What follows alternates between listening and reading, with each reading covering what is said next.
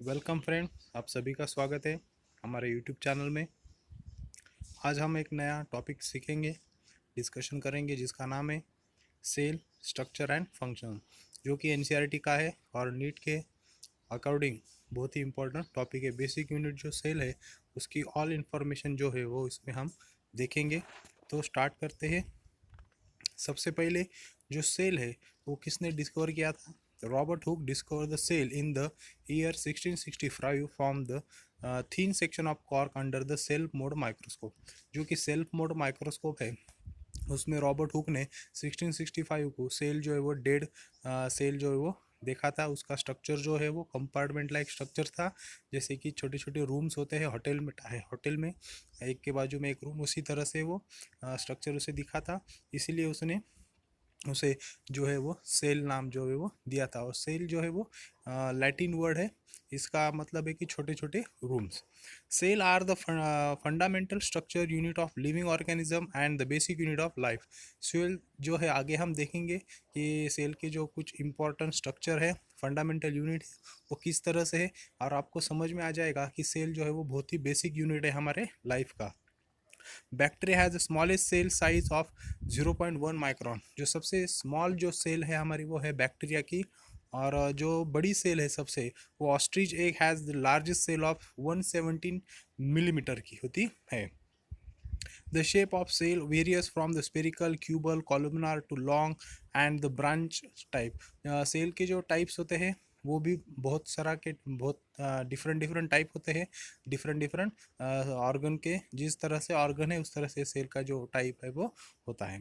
उसके बाद हम देखेंगे the shape of the cell various spherical, columnar, long and the branched type. There are cellular organism, cellular यानी single, जो organism जो सेल एक है, सिंगल है, उसे हम सेलुलर ऑर्गेनिज्म कहते हैं। As well multicellular organism, plant and animal, जो कि प्लांट और एनिमल है और ह्यूमन है। हर हमारे इसमें हर तरफ में क्या है, तो सेल जो है वो मल्टी है। मल्टी यानी बहुत से सारे सेल कंबाइन होते हैं और एक ऑर्गन और एक सिस्टम और एक बॉडी बनाते हैं। पर बैक्टीरिया वगैरह जो है उसमें एक ही सेल रहता है। पैरामीशियम जो है वो एक ही सेल रहता है, हमारे बुक में दिया वाला है, और एक ही सेल में उसका जो पूरा फंक्शन है वो सेल वर्किंग करता है। ईच सेल है smaller component called organs. Cell के अंदर भी कुछ स्मॉल कंपोनेंट्स होते हैं, उसे हम ऑर्गन्स कहते हैं। Some of these are common in a different cell type.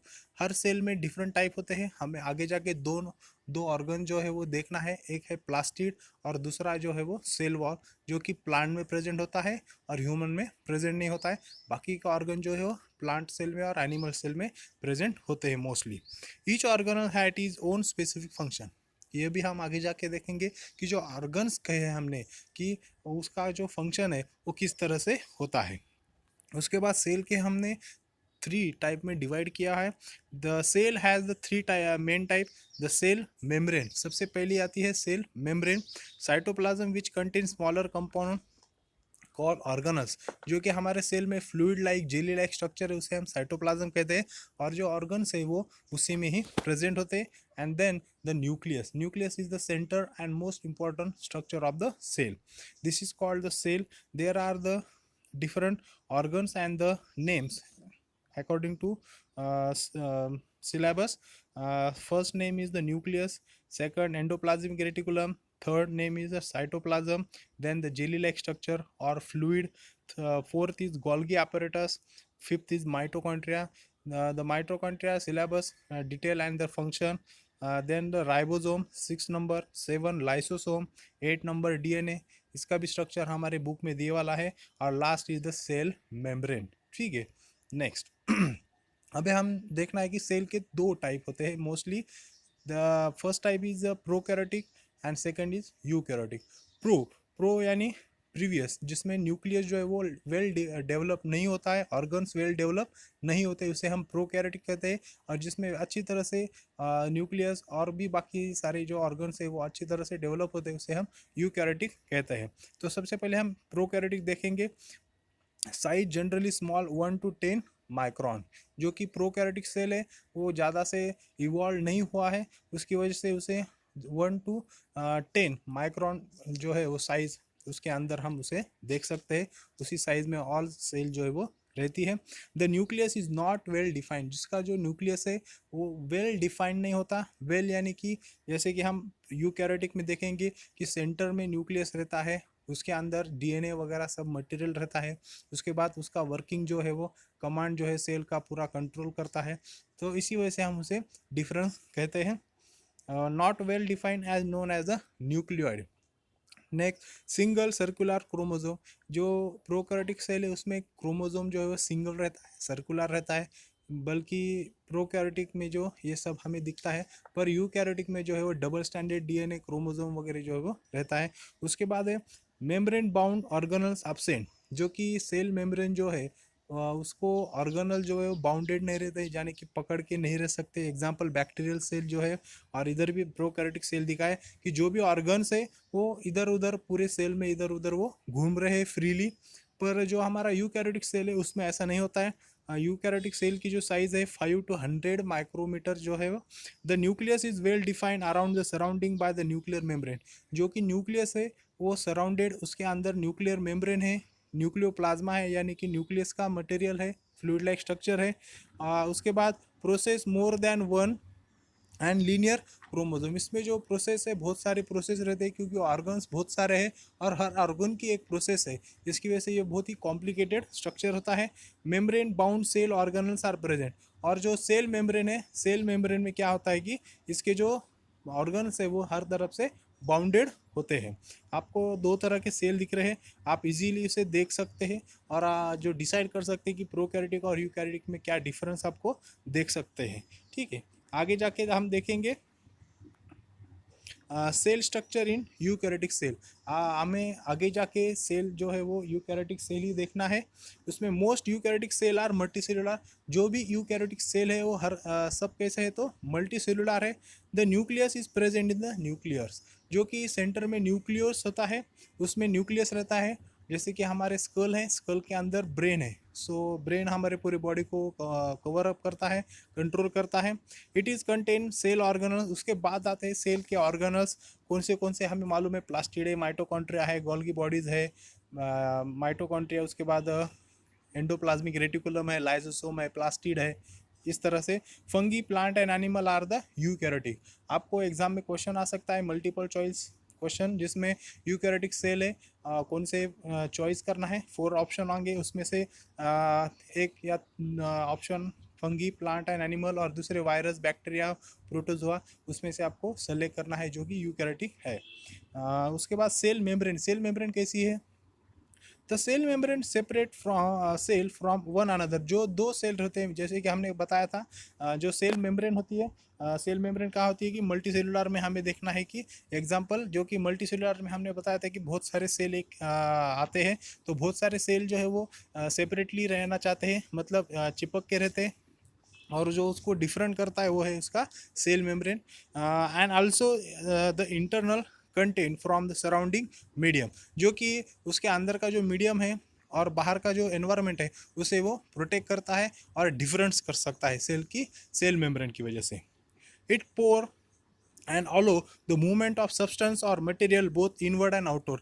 Cell के अंदर क्या जाएगा, सेल के अंदर बाहर क्या जाएगा, ये सब डिसाइड करता है सेल की जो मेम्ब्रेन होती है। जैसे कि हमारे घर में डोर्स रहते हैं, विंडोज़ रहते हैं, वो डिसाइड करते हैं कि कौन सी चीज़ हमारे घर में आनी चाहिए, कौन सी चीज़ घर के बाहर रहनी चाहिए। उसकी वजह से सेल के अंदर जो भी वैसे है हमसे डोर्स भी कह सकते हैं। उसके बाद देखेंगे साइटोप्लाज्म क्या होता है। Cytoplasm it is the jelly like substance, jelly like water like substance होता है, present between cell membrane and the nucleus. Nucleus and cell membrane के जो बीच का डिस्टेंस है वहाँ पे क्या होता है, साइटोप्लाज्म जो है वो प्रेजेंट होता है। उसी में सब ऑर्गन जो है वो क्या रहते हैं कि फ्लूइड कर सकते हैं, इधर उधर वो घूम सकते हैं। वेरियस अदर कंपोनेंट और organelle cell are present in the cytoplasm. Next, this is called the cell wall. हमने बताया था कि 2 पॉइंट हमें डिफरेंट देखने हैं, एक जो है वो क्लोरोप्लास्ट या प्लास्टिड कहेंगे, दूसरा है सेल वॉल। तो सेल वॉल जो है जनरली प्लांट में प्रेजेंट होता है और क्लोरोप्लास्ट भी प्लांट में होता है। ह्यूमन सेल में जो है वो सेल वॉल नहीं होती और प्लास्टिड नहीं होता है। बाकी का ऑर्गन जो है ह्यूमन और प्लांट सेल में सेम होते हैं, जैसे कि माइटोकॉन्ड्रिया, गोल्गी कॉम्प्लेक्स, न्यूक्लियस वगैरह देखेंगे। Cell wall is an additional covering of over the cell membrane. Cell wall क्या है? सेल मेम्ब्रेन की एडिशनल कवरिंग है, जिसकी वजह से प्लांट जो है वो टफ रहते हैं in the plant cell, it gives shape and rigidity to the cell. Cell wall का मेन फंक्शन जो है वो रिजिडिटी यानी स्थिरता देना है प्लांट के सेल को, और शेप देना है। It gives a rigid structure to plant cell, and that is why they can withstand the stress or highly velocity, wind, rain and high temperature। जैसे कि हमारे एग्जांपल कौन सा भी प्लांट लेंगे उसे वाइंड में, रेन में और स्ट्रोम में वो डटे रहता है, उसे डटे रहने के लिए जो स्ट्रेंथ चाहिए वो सेल वॉल से स्ट्रेंथ आती है। Cell wall is the hard and rigid covering of plasma membrane. Cell wall जो है वो कैसा है, हार्ड है, बहुत ही हार्ड रहता है। उसे उसका जो हमने स्टार्टिंग में बताया था कि वो सेल मेम्ब्रेन के बाहर का स्ट्रक्चर होता है, found in plant cell only. ये सिर्फ प्लांट सेल जो है वो उस पर फाउंड होता है, जैसे कि अलगी हो या और दूसरा हमारा जो भी कौन से भी प्लांट हो। Chloroplast are the green colour plastid. Chloroplast जो है ग्रीन कलर है। आपको समझ में आया होगा कि जो क्लोरोप्लास्ट का कलर ग्रीन है, इसकी वजह से प्लांट में फोटोसिंथेसिस जो है वो होता है, और इसी वजह से प्लांट का जो लीफ है उसका कलर कैसा रहता है, तो ग्रीन रहता है। Having chlorophyll, which is the essential for photosynthesis. This is the plant cell. There are the different organs are present in this. There are the vacuoles, vacuoles यानी storage of wastage, जो कि cell के अंदर का जो wastage होता है वो उसमें स्टोर किया जाता है। प्लांट सेल में जो स्टोरेज के लिए जगह है वो बहुत सारी लगती है। एनिमल सेल में थोड़ा सा स्टोरेज वैक्यूल की साइज जो है वो कम होती है। उसके बाद न्यूक्लियस भी इसमें प्रेजेंट है, न्यूक्लियस आप देख सकते हैं। उसके बाद जो ग्रीन कलर का दिख रहा है वो सेल वॉल है। माइटोकॉन्ड्रिया उसके अंदर है। क्लोरोप्लास्ट है जिसके हमने कहा था कि ग्रीन कलर के पिगमेंट है फोटोसिंथेसिस के लिए, और साइटोप्लाज्म भी उसमें प्रेजेंट है। These are the plant cell basic structure है। उसके बाद हम देखेंगे आगे जाके जो कि ऑर्गन्स है। ऑर्गन्स कौन से है, और सबसे पहले मोस्ट इंपॉर्टेंट ऑर्गन है the various component present in within the cell are known as the cell organ. Cell में बहुत ही सारे ऑर्गन्स प्रेजेंट होते हैं, कंपोनेंट्स प्रेजेंट होते हैं, हम ऑर्गन्स कहते हैं। All these component are the special and specific for their function. हर एक ऑर्गन्स का, कंपोनेंट्स का फंक्शन है स्पेशल, वो हमें देखना है आगे। फॉर एग्जांपल माइटोकॉन्ड्रिया है, न्यूक्लियस है, एंडोप्लाज्मिक रेटिकुलम है, सेल वॉल है, हर एक ऑर्गन का वो क्या है, को सेपरेट फंक्शन है। सबसे पहले हम देखेंगे न्यूक्लियस। 2 से 3 फिगर देखा है हमने, और 2 से 3 फिगर में हमें न्यूक्लियस अच्छी तरह से मालूम हो गया है। सेंटर में रहता है, बहुत बड़ा रहता है। It is a generally spherical, spherical यानी गोलाकार रहता है। Located in the centre. The nucleus is separated from the cytoplasm. हमने पहले भी बताया था कि साइटोप्लाज्म कहाँ रहता है, न्यूक्लियस और सेल वॉल के जो बीच का जो डिस्टेंस है उसमें साइटोप्लाज्म रहता है, यानी कि साइटोप्लाज्म न्यूक्लियस के अंदर नहीं जा सकता। न्यूक्लियस का सेपरेट ही न्यूक्लियोप्लाज्मा रहता है। मेम्ब्रेन कॉल न्यूक्लियर मेम्ब्रेन, और उसे सेपरेट करता है न्यूक्लियर मेम्ब्रेन। आप देख सकते हैं इसमें, it is use information the chromosome to decide what is a organelle should do and the function of the cell. इसके अंदर क्रोमोसोम रहता है, यानी कि हमसे जीन कहते हैं, यानी डीएनए कहते हैं, और वो डिसाइड करता है कि सेल किस तरह से काम करेगा, किस तरह से सेल डेवलप होगी। Then last point, nucleus contain and even smaller concentrated material called nucleus. जैसे कि हमने अभी बताया था कि न्यूक्लियस के अंदर भी जेली लाइक स्ट्रक्चर होता है, उसे हम न्यूक्लियस कहते हैं। और न्यूक्लियोप्लाज्मा जैसे कि हमने इधर देखा है, देखिए स्पोर है, जैसे कि न्यूक्लियस को छोटे छोटे स्पोर रहते हैं। जबकि रेप्लिकेशन आता है, डिवाइडेशन आता है, आगे जाके आपको ये सब आने वाला है, उसमें इसकी बहुत ज़रूरत पड़ती है स्पोर की। सबसे अंदर का भाग जो येलो कलर का दिख रहा है उसे न्यूक्लियस कहते हैं। उसके बाद न्यूक्लियोप्लाज्मा, जैसे कि हमारा साइटोप्लाज्म है वैसे ही न्यूक्लियस का न्यूक्लियोप्लाज्मा है। उसके बाद एक क्रोमैटिन मटेरियल, इसमें हमारे जीन्स जो है वो प्रेजेंट रहते हैं। उसके बाद उसको टाइटली कनेक्ट रहता है एंडोप्लाज्मिक रेटिकुलम। तो ये हमारा स्पेशली न्यूक्लियस है। अब हम देखेंगे क्रोमोसोम क्या होता है, ये बहुत ही इंपॉर्टेंट है। The nucleus contain thread like structure called chromosome. Nucleus के अंदर थ्रेड लाइक स्ट्रक्चर होता है, उसे हम क्रोमोसोम कहते हैं।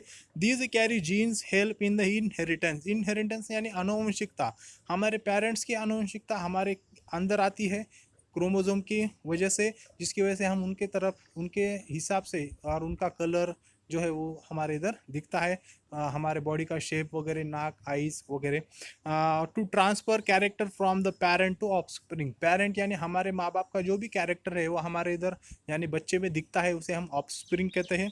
Chromosome are compose of DNA in the form of chromatin and the protein, chromosome किस जिस से बनता है, तो क्रोमेटिन एंड प्रोटीन से बनता है। Chromosome contain information from the inheritance, chromosome में क्या है, इनहेरिटेंस यानी आनुवंशिकता की उसमें कॉपी है, आनुवंशिकता उससे ही डिसाइड होती है। Feature from the parent to next generation in the form of DNA molecules, हमारे जो पेरेंट्स है उनके अंदर जो भी कुछ इनहेरिटेंस है, आनुवंशिकता है, हमारे अंदर आते हैं, वो आते हैं तो उसे हम डीएनए कहते हैं, या अभी हम उसे जीन भी कह सकते हैं, और उसी वजह से हम उनसे कनेक्टेड रहते हैं। उसके बाद डीएनए जो कि बहुत ही एकदम डीपली स्ट्रक्चर है।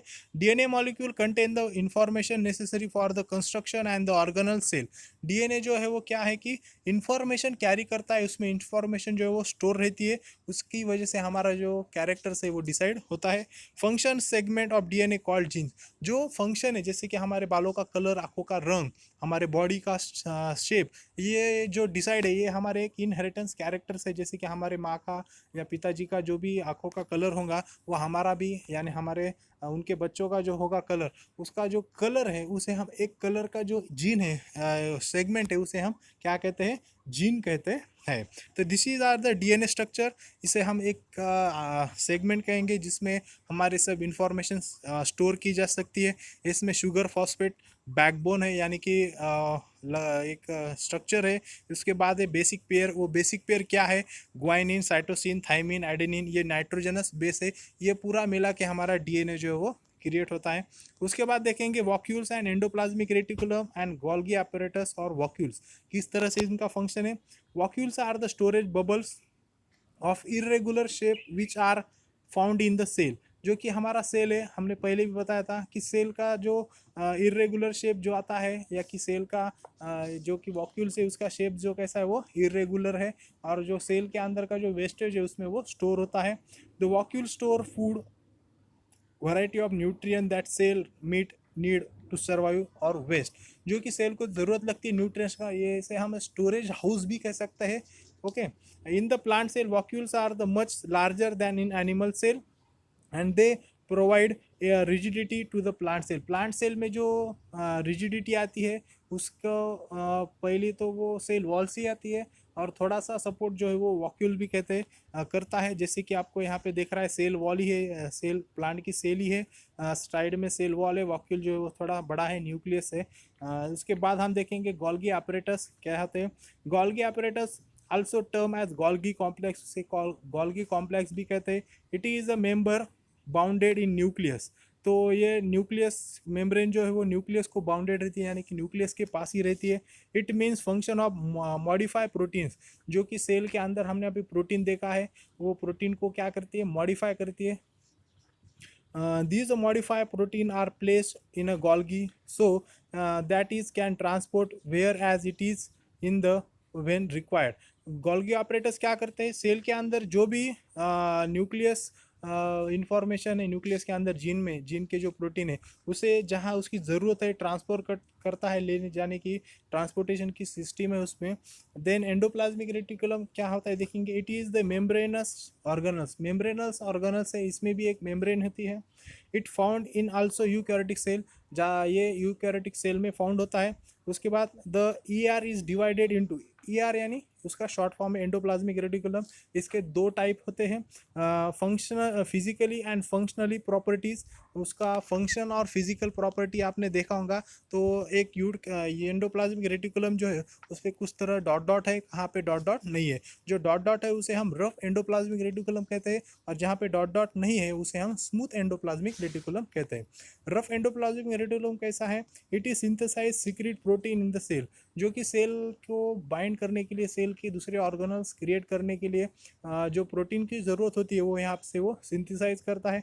और स्मूथ एंडोप्लाज्मिक रेटिकुलम का फंक्शन क्या है, the ACR is remove SCR is involved in the synthesis of phospholipid in the main lipid of cell membrane and are very important in the process of metabolism. जो कि cell का metabolism जो होता है, चयापचय उसे हम कहते हैं, उसमें बहुत ही ज़्यादा उसका इन्वॉल्व होता है.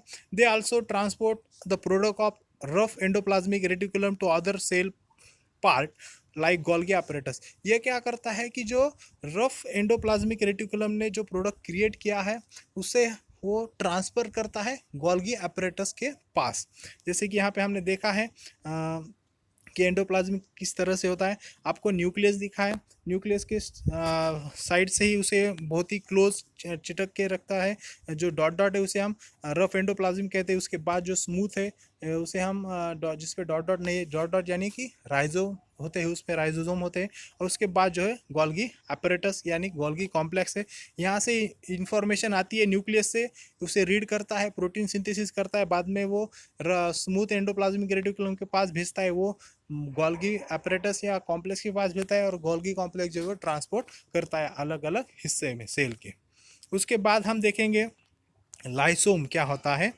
जो लाइसोम है lysosome are the small membrane bounded sac like structure, जो कि सैक लाइक है, एक बैग की तरह स्ट्रक्चर होता है. Which release digestive enzyme break down the food. जो हमारे सेल के अंदर फूड आता है उसे ब्रेक डाउन करना है, जैसे कि ग्लूकोज आए, ग्लूकोज का ब्रेक डाउन करके एनर्जी चाहिए, वो एनर्जी बनाने के लिए लाइसोम की ज़रूरत होती है. They also remove from old and damage और डेड ऑर्गन. जो कि हमारे मालूम है सेल के अंदर ऑर्गन से बहुत सारे ऑर्गन से, उसमें से कुछ ऑर्गन खराब वगैरह हो गया होगा, उसे हम वो डैमेज करता है, उसे पूरा डिस्ट्रॉय कर देता है. उसके वजह से दूसरा ऑर्गन जो है वो क्रिएट नहीं हो सकता. इसकी वजह से वो, जैसे कि कौन सा छोटा सा ऑर्गन होगा, माइटोकॉन्ड्रिया होगी, एंडोप्लाज्मिक रेटिकुलम होगा, अगर वो खराब हो गया होगा, डैमेज हो गया होगा और डेड हो गया होगा किस तरह से, किस सिचुएशन से, तो उसे वो रिप्लेस करता है from the cell and the product protect the cell and the form of damage further damage. Cell को डैमेज करने की वजह से जो भी नुकसान होता है उसे वो क्या करता है, रिपेयर भी कर सकता है. देन मोस्ट इंपॉर्टेंट जो है वो माइटोकॉन्ड्रिया है, is the power house of the cell. Mitochondria is double membrane. Mitochondria जो है वो डबल मेम्ब्रेन है. उसके बाद suicide shape squeeze shaped organ, जैसे कि हमारे कैप्सूल रहती है, कैप्सूल का शेप इसे आता है. Is also known as power house of the cell. Mitochondria are the site of aerobic respiration. Aerobic respiration के दो टाइप होते हैं, एनोरबिक, एरोबिक. एरोबिक रेस्पिरेशन जो इसमें ऑक्सीजन की ज़रूरत होती है और ऑब्वियसली हमारे सेल में ऑक्सीजन आता है, तो माइटोकॉन्ड्रिया जो एरोबिक रेस्पिरेशन करता है. In the cell produce energy from the ATP. जो एनर्जी के छोटे छोटे पैकेट्स रहते हैं, जैसे कि हमारे पास 100 की चिल्लर नोट होंगी, तो उसे हम 1-1, 2-2 रुपये में, 5-5 रुपये में जब उसे हम चिल्लर कहते हैं, तो जैसे 100 के हमने चिल्लर की है, वैसे एनर्जी के जो छोटे छोटे चिल्लर यानी पैकेट रहते हैं उसे हम एटीपी कहते हैं. प्लास्टिड क्या होता है, the cell have thin colour structure called plastid. Plastid यानी क्लोरोप्लास्ट. ओके, उसका कलर थीन रहता है, कलर रहता है वो. Plastid carry pigment of various colour like orange, red, green and even colourless. कुछ तरह के प्लास्टिड कलर लेस रहते हैं, ग्रीन, रेड. जैसे कि हमारे कुछ झाड़ के जो पत्ते रहते हैं वो ग्रीन कलर के रहते हैं, रेड कलर के रहते हैं, थोड़े से ऑरेंज कलर के रहते हैं.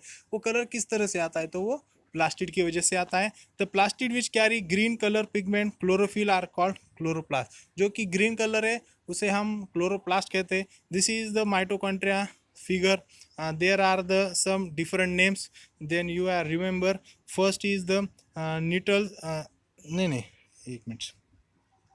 First is the granules, second is the ribosome, third is the crest, fourth is the intramembrane space, यानी कि 2 मेम्ब्रेन जो है उसके अंदर का स्पेस है 4 नंबर का. Then the fifth is matrix.